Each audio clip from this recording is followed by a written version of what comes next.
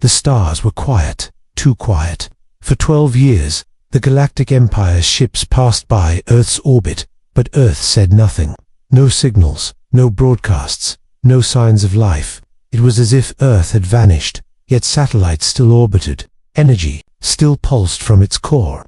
Then one day, a message appeared across every galactic channel. One sentence: Earth is no longer part of the galactic map. Stay away. No one knew where it came from. No ship was seen leaving Earth. No ambassador was sent, but the message was clear, had locked itself away, and it was watching. The Galactic Council laughed. A backwater world trying to act important. That sent a small recon ship to land and investigate. It disappeared the moment it crossed orbit. No blast, no wreckage, no distress signal. It simply vanished, and that's when fear started to spread. Who or what was now in control of Earth? Asterisk. The stars looked peaceful, but something was wrong. For over 10 years, no one had heard a single word from Earth. No messages, no radio signals, no ships leaving the planet. It was like Earth had gone completely silent, but satellites still moved around it. Energy still came from its surface. Someone, or something, was still down there. At first, the Galactic Empire didn't care. Earth was just a small planet in the corner of the galaxy. Years ago, humans had tried to join the Galactic Council, but they were ignored. The Empire saw no value in Earth. So, when Earth stopped talking, they simply forgot about it. But then something strange happened. A message appeared across every galactic communication channel. No one knew how it got there. Even the Empire's strongest firewalls couldn't block it. The message was short and clear. Earth is closed. Do not come. That was all. No name, no signature, no sound. Just those 6 words. At first the Council laughed. What did Earth think it was? A lost planet, telling empires what to do. A few officers made jokes about it. Others thought it was fake. But deep down, some of them felt uneasy. How could a silent planet send a message that reached every system at once? The Council decided to send a small recon ship, just to see what was going on. 4 scouts entered the ship. Their job was simple: land near Earth, scan the surface, and report back. Everyone expected an easy mission, but something happened that no one could explain. The recon ship reached Earth's orbit. Everything seemed normal. Then it disappeared, completely. 1 second it was there, and the next second it was gone. No alarm, no crash, no explosion, just ... silence. The command center tried calling them. No answer. The ship wasn't showing on any scanners. It was as if it had never existed. The Empire checked again and again, but the result was always the same. Whispers began spreading. Some said Earth had built something powerful. Some said Earth was no longer under human control. A few even said Earth had never been silent, it had been watching all along. More time passed. The Council told the media it was a technical error, but not everyone believed it. In the darker corners of space stations, people were talking. Pilots refused to fly near Earth. Merchants changed their routes. Even pirates stayed away. Then something even stranger happened. A voice, human, calm, old. It played across one of the Empire's secure channels. No one knew where it came from. It was not a message. It was not a recording. It was a live transmission. The voice said, "We warned you, Earth is not open. Next time, there will be no signal to follow. There will be nothing." After that, the channel went silent again. Engineers tried to trace the source. They couldn't. The signal had bounced across over 100 relay points in less than a second. It made no sense. By now, the Empire stopped laughing. Something had changed on Earth, something that didn't want to be found. But the worst part was no one knew what that something was. Some high officers wanted to send a fleet, but others said no. The loss of the recon ship had scared them more than they admitted. That ship had advanced systems. It should have sent a warning. It should have been able to escape. But it did down on a quiet moon near Sector 5. A retired ambassador named Dren Kull watched the news from a dusty screen.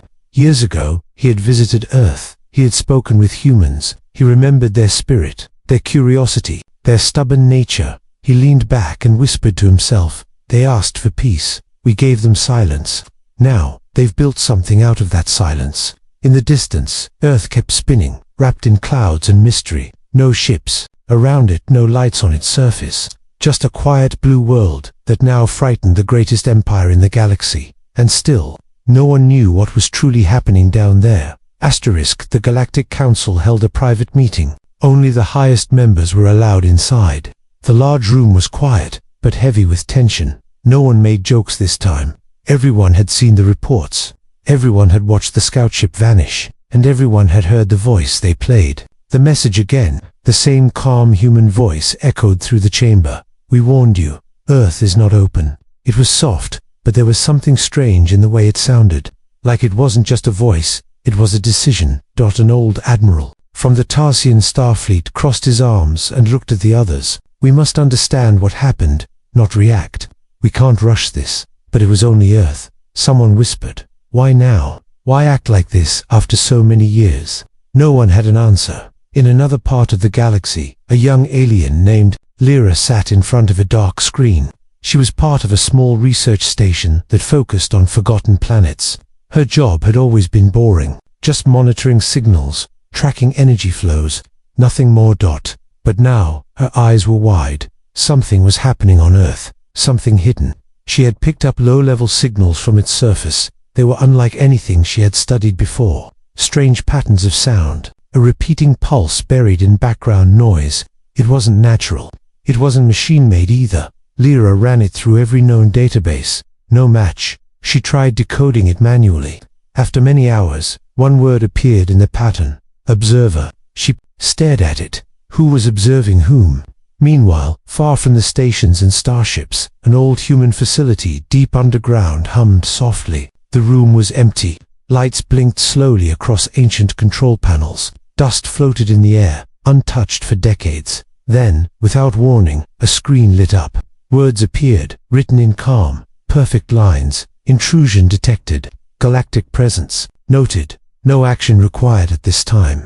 Below it, a timer started counting down. Back in the council chambers, nervous voices rose again. "We need to send someone who's been to Earth before. That's risky, but we need answers." At last, one name came up again and again. Commander Elias Runn. He was human. He had left Earth a long time ago and now lived in deep space, disconnected from his home planet. Many thought he had forgotten where he came from. But the truth was, Elias had never truly left Earth in his heart. He was living quietly aboard a small cargo ship, far from politics and problems. When he received the encrypted message from the council, he read it twice. Then he looked at the stars through his window. He hadn't heard Earth's voice in 20 years, but now, it was calling to him in a different way, not through words, but silence.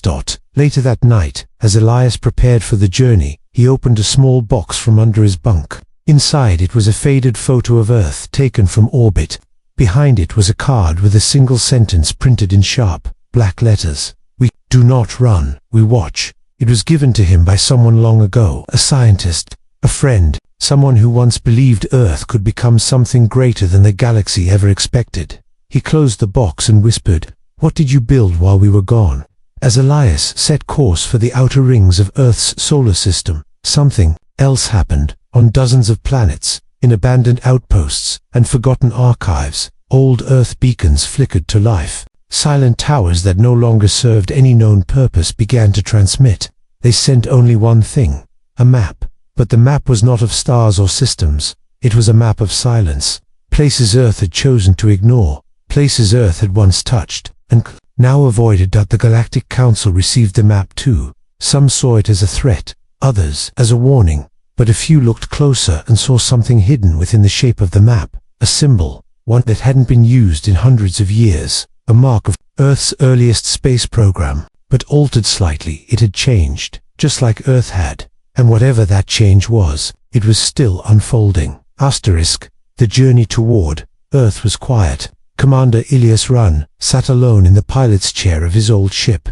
The stars outside the window drifted by like distant memories. His ship was small, barely large enough for 2 people, but it was strong and silent just like him. He had turned off most of the ship's systems, using only what he needed. He didn't want attention. He wanted to arrive unnoticed. As he approached the outer edge of Earth's solar system, something strange happened.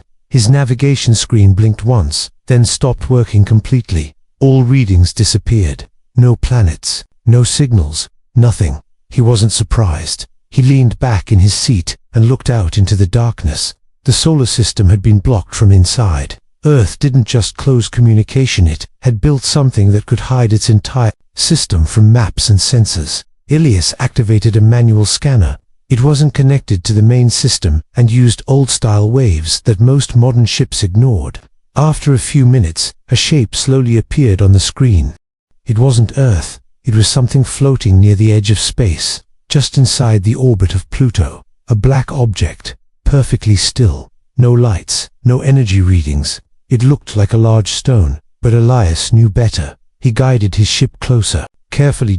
When he reached 300 kilometers from the object, the ship stopped moving. Not because of gravity, not because of damage. The ship had received a silent command from somewhere, and obeyed. Elias didn't panic. He waited. Then the main screen came back to life. A face appeared, not human, not alien either. It was made of shifting light and patterns, like a cloud trying to become solid. It didn't speak, but somehow, Elias heard a voice in his mind. You were born of Earth. You may pass. Then the ship moved again, slowly drifting past the black object. Behind it, space shimmered like water.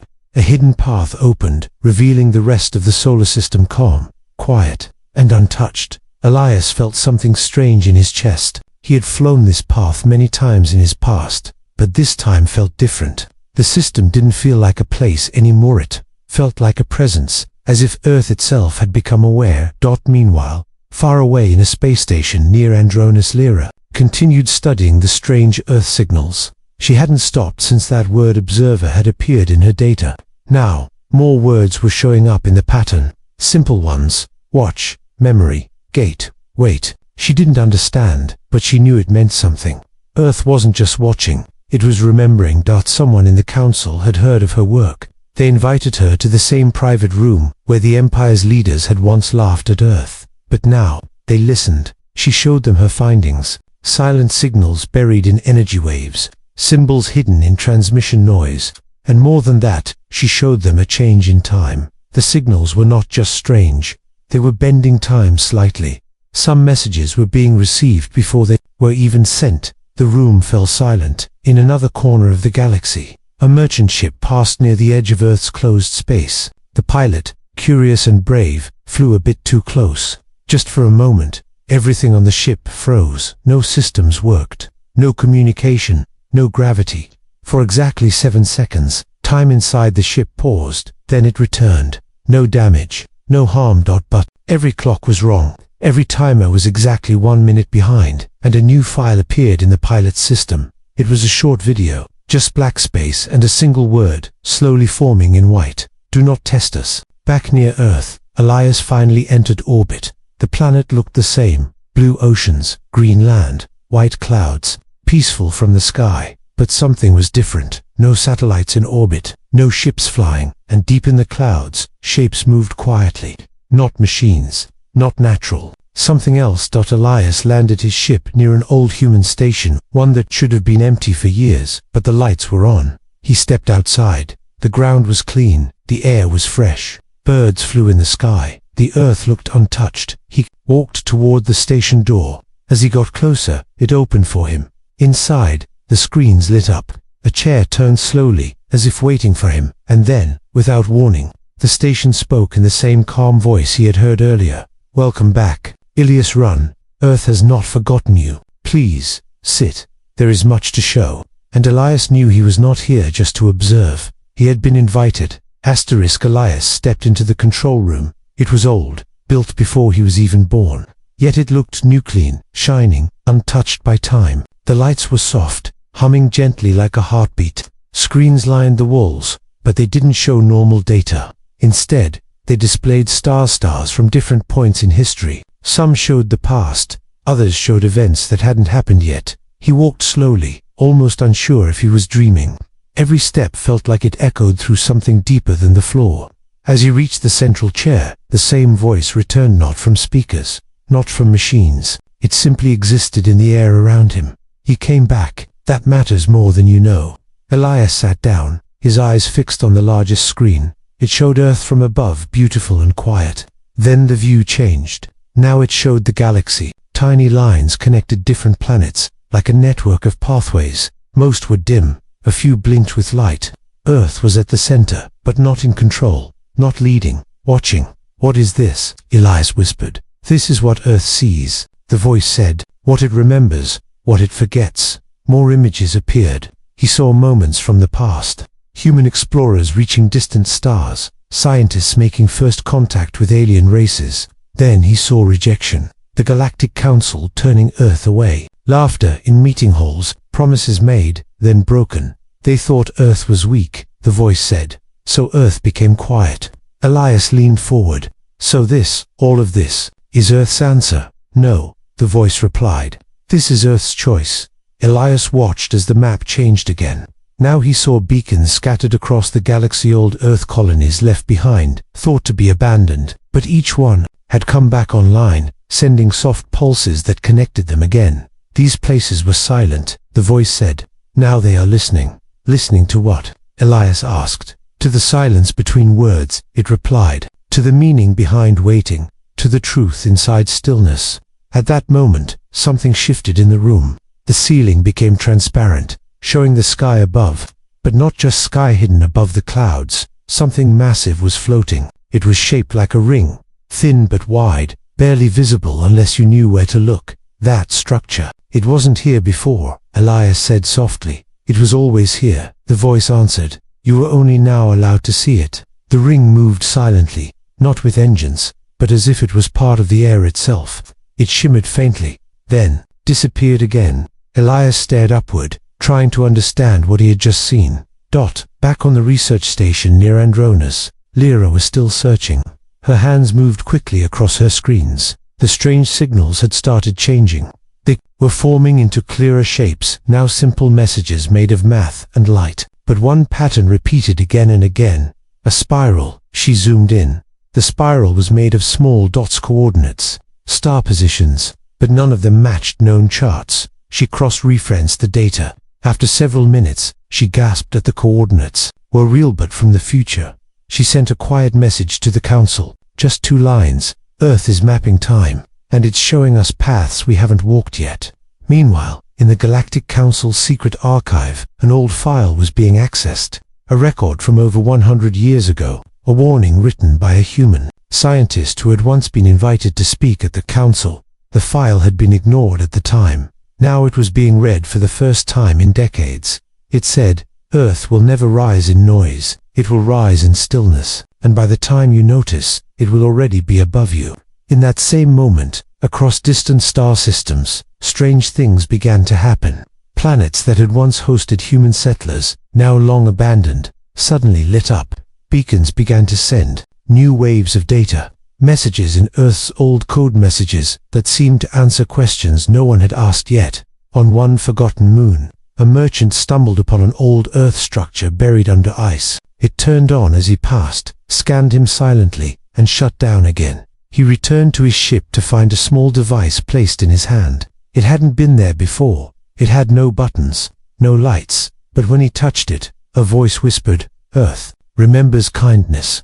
Back inside the Earth station, Elias stood up from the chair. The voice had grown quiet. The lights dimmed, but something new had appeared in the air, a soft, glowing path leading down a hallway. Where does this go? Elias asked. The voice did not answer. He followed the light. The hallway stretched longer than it should have, as if space was bending. Along the walls, images appeared, moments from his life. His time on Earth, his time away from it. Faces of people he had forgotten.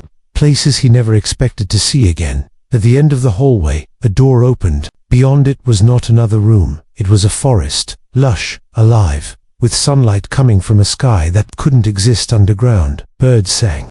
Wind blew softly. And in the middle of it all, standing still, was a figure. Not human, not alien, but something in between, and it was waiting for him. Elias stepped into the forest. The door behind him vanished, as if it had never existed. The ground beneath his feet was soft and real dirt, leaves, the gentle weight of grass brushing his boots. Above him, sunlight filtered through tall trees that moved slowly, almost thoughtfully, as if they too were part of something deeper. The figure in the center of the clearing didn't move at first. It stood calmly, watching him. It had no sharp lines, no threatening shape. Its form shimmered like water, shaped like a person but not quite human. When Elias got closer, it spoke not with a mouth, but with a quiet voice that echoed inside his mind. "You are early," it said. Elias blinked. "Early for what?" "For the understanding," the figure replied, "but not too early to walk." The path, the forest around them felt completely real, yet somehow not bound by normal time. Birds sang songs Elias didn't recognize. The wind carried scents of places he had never been, and somewhere in the distance, a stream made a sound that echoed like a heartbeat. The figure turned and began to walk. Elias followed as they moved. The forest changed. The trees became taller, older. Their bark held carving symbols from Earth's oldest languages. Some were from lost cultures, others weren't from Earth at all. "These are memories," the figure said, touching one of the carvings. "Moments your world carries deep beneath its surface. Moments not even your people remember." Elias looked closer and saw something strange. The carvings showed people, not only humans, but beings from many different species. They were standing side by side, working together, building something. But there was no war, no control, just cooperation. "You helped others," the figure said, "long ago. Before empires, before councils, you offered knowledge freely. But they did not believe you could lead, so they chose silence for you." Elias nodded slowly, and Earth accepted that silence. Earth reshaped it. The figure corrected gently, turned it into something no one expected. A stillness that listens, a waiting that prepares. They reached the edge of the forest. Before them stood a cliff, and beyond it a sky filled with stars. But these weren't just any stars. Elias could see patterns moving, like time flowing in waves. Some stars were brighter than others. Some moved slowly, while others blinked out and reappeared. The figure pointed to the stars.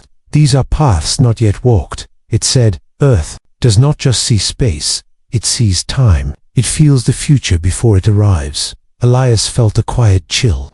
"Is that how you knew the council would come?" "The council always comes," the voice said, "not because it seeks peace, but because it fears what it does not understand." Far away, in the Galactic Council's main chamber, new reports arrived. Merchant ships had found more hidden Earth stations on forgotten moons. Each one had activated without warning. No messages, no threats, just presence, as if Earth was gently reminding the galaxy, "We are still here." One ambassador, a young historian, spoke up. "We have forgotten Earth's true history," she said. "They once helped us learn to travel the stars. They gave more than they asked for, and we looked away when they needed us." The room was quiet. No one disagreed. Back in the forest, the figure turned to Elias once more. "You came because Earth allowed it, but now Earth asks something in return." Elias listened. "There is one more place you must go, a place below the memory, a place where Earth keeps what it cannot show the stars." "Why me?" Elias asked. "Why not send someone else?" "Because you still believe," the figure said, "and belief is the key that opens what even time cannot touch." The forest path opened again. This time, it led downward, not into darkness, but into light that came from deep inside the ground. Elias followed as he walked deeper. The sounds of the forest faded. The air became warmer. The walls around him shimmered with soft colors, blues and greens, like Earth's oceans captured in stone. At the very end of the path, he entered a circular room. It was quiet. In the center of the room was a large sphere, floating gently above a smooth platform. It pulsed with a slow, living rhythm. Elias approached. The sphere responded to his steps. Images formed on its surface, flashes of Earth's past, present, and possible futures. Some beautiful, some uncertain, all connected. Then a final image appeared. Him standing here. At this moment, the sphere spoke in a voice that was Earth's itself. "We remember everything, every gift given, every word spoken, every silence kept, and now, it is your turn to remember us." Elias reached out. The room filled with light. The light wrapped around Elias, gently. It didn't burn or blind. It felt warm, like sunlight after a long winter. The moment his fingers touched the sphere, he felt a quiet pull, not of his body, but of his thoughts. Memories not his own flowed through him. They came slowly, like pages turning in a forgotten book. He saw Earth as it once was, not just a planet, but a place of first beginnings. He saw humans walking among stars before they had even built great cities. These were stories lost in time, moments no one had written down. Yet somehow Earth had kept them safe. The sphere showed him ancient ships, not made of metal, but of light and purpose. They carried knowledge, not weapons. He saw humans sharing what they had learned with distant species. Some listened, some turned away, but Earth never stopped giving. Then came silence. The memory shifted. He saw Earth in a meeting with the Galactic Council. A group of human thinkers had traveled far to offer peace, ideas, and understanding. But they were laughed at, their words seen as simple, their offers ignored. Elias could feel their sadness. Their hope was not taken seriously. So they returned home quietly, and Earth waited, but it didn't forget. The light inside the sphere dimmed, then changed. Now Elias saw the present.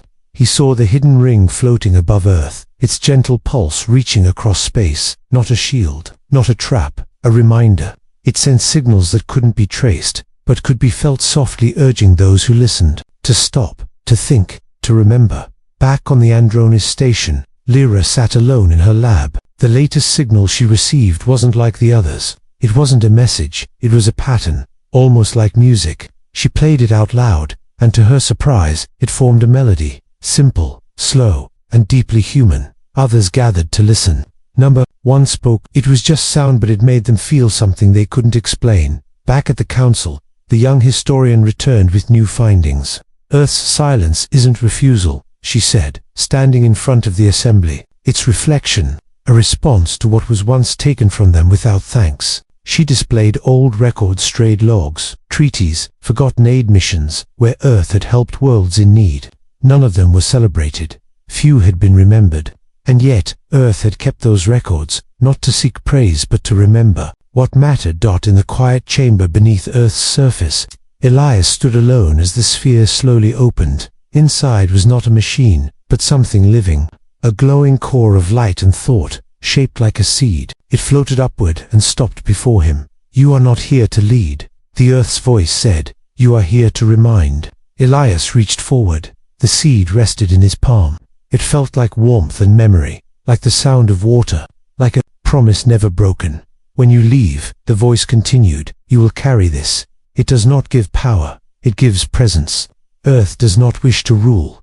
Earth wishes to be known, truly known. Elias nodded. He left the chamber the same way he entered, through a soft lighted path, but this time, something was different. The walls around him echoed softly with every step, not like sound, but like recognition, as if the path itself remembered him. When he emerged, the forest was still there. The figure was waiting again, no longer hidden by light. You have seen what was kept, it said. Now you must decide who will see it next.